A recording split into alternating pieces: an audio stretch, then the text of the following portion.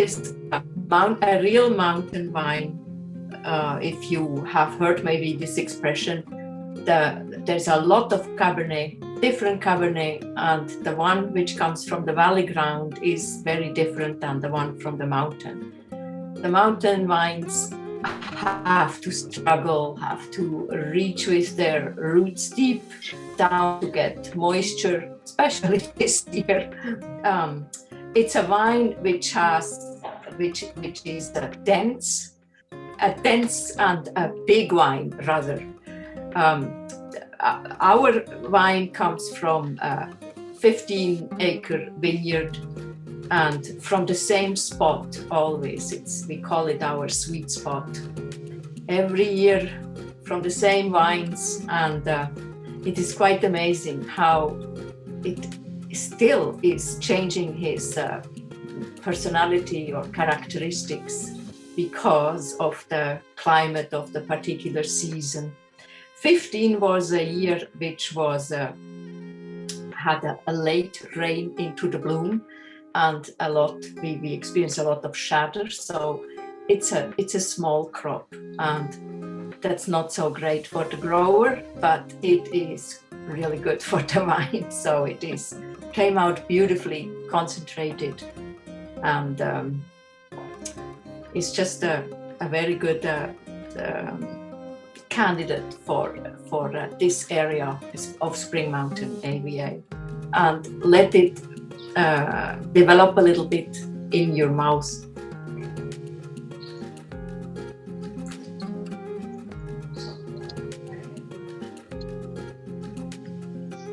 Maybe pull a little bit air in it and swirl it around before you swallow, so you get a sort of the whole palette of the aromas.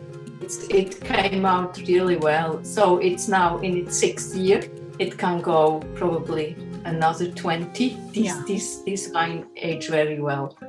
We have them 22 months in French barrels, half and half, meaning half new or almost new and used ones. So again, to not overdo the oak or sometimes the caramel type of flavor which can come with it. And then we bottle it and leave it 2 years in the bottle before we release it. So the wines have already a little bit of age on them. It's not the best from a commercial point of view, but it certainly is good for these wines.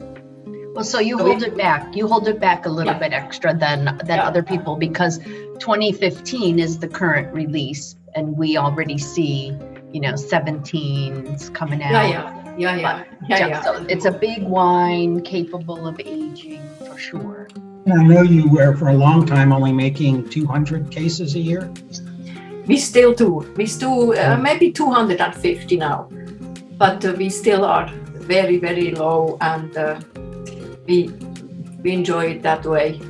We have grapes. We can sell the grapes otherwise, but just to make a small amount and accompany the process, sort of step by step, is really enjoyable. It's couldn't be further away than from mass production how we do it.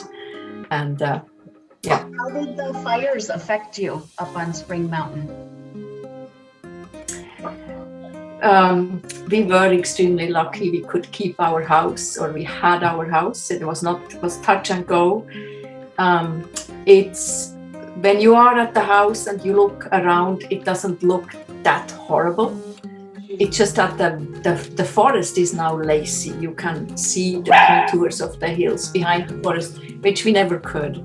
So we lost a lot of trees, which is very sad and a huge amount to clean up. But we have still our house, and the vineyard was not, well, maybe 40 vines had a little bit of burn. So we were very lucky. You didn't make 2017 though, right? No, the crop was lost. 17